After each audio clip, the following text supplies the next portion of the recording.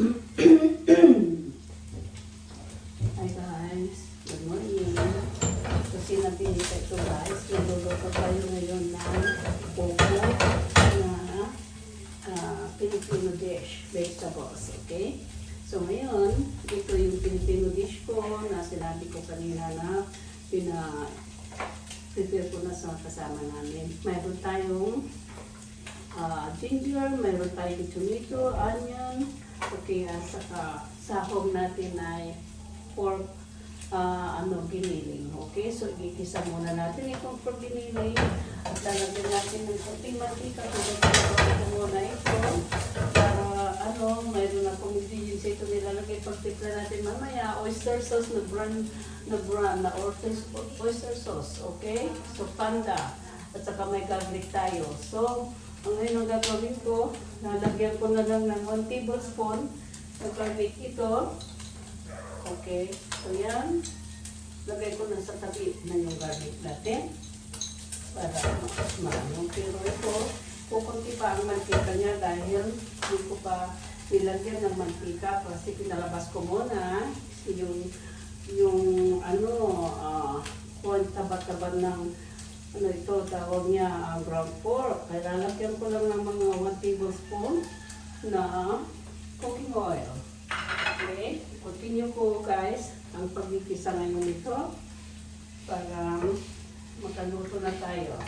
Kasi brown na rin, no? So, ganun nilagay ko na yung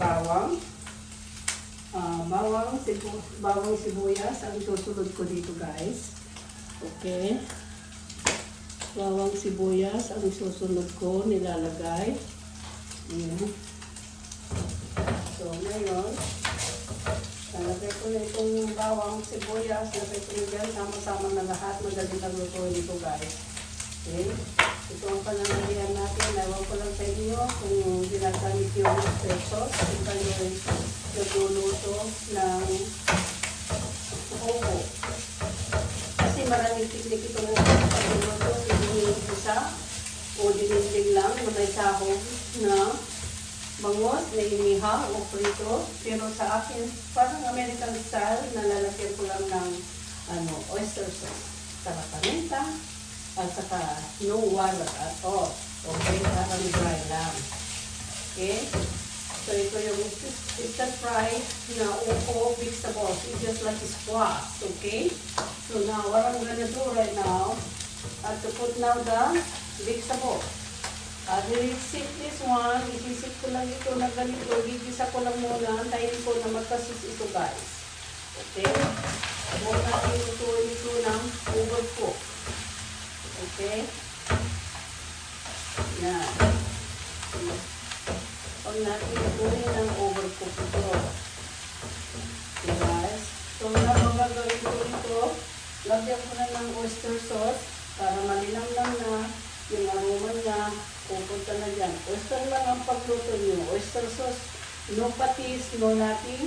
Just put some seasoning, salt. Okay. You have this one, the Johnny seasoning.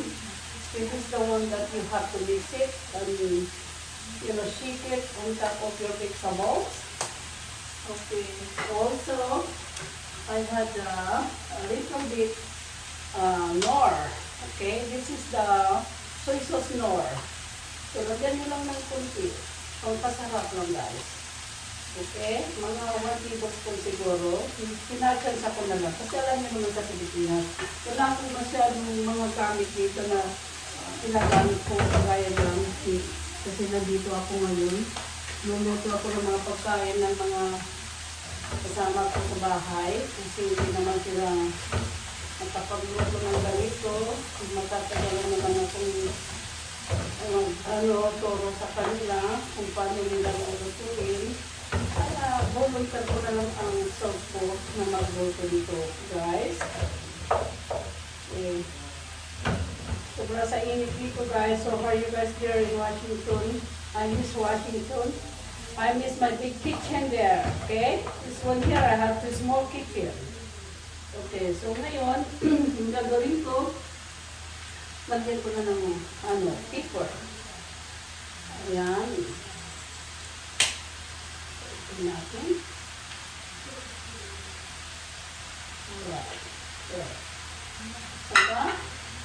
lagyan natin ng pangpasarap na accent lang. Okay lang. There you go. Antayin natin ito na magsimol ng maybe 5 minutes kasi gusto natin not overcook, right? So kung gusto nyo rin sabawan, nasa inyo na yan. Okay?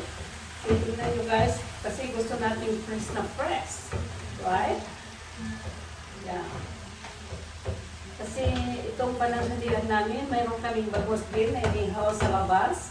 Pinapaluto ko sa pamangkin ko rin. Kasi ito lang binigisa ko na bago ako maligo guys. So how are you guys doing?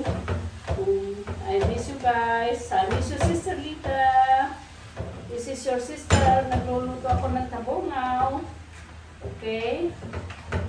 Tabungaw with ground pork. Ito ang ulam namin ngayon, sis. So, takpan ko muna ito.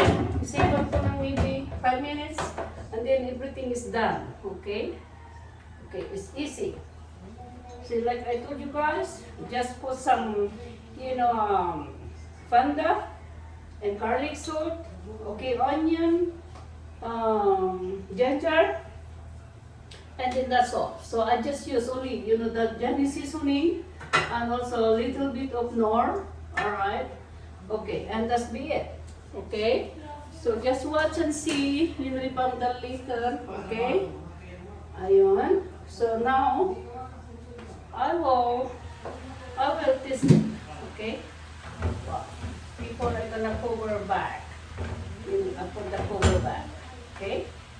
So now, wow, ang sarap nito guys. So let's see. Titikman natin kung anong lasa. Okay, well, see guys, alright? Really good. That's it. Now I'm done guys. Someone peeping in the door, my nephew. I don't know why. Okay? So ito na guys, ang result ng aking mixed vegetables. No sauce, okay? I don't put any water at all. That's I use only, the panda sauce. And then now, not even 10 minutes, I'm already done. So this is the process of my vegetables upo. Upo mean vegetables dito sa Pilipinas.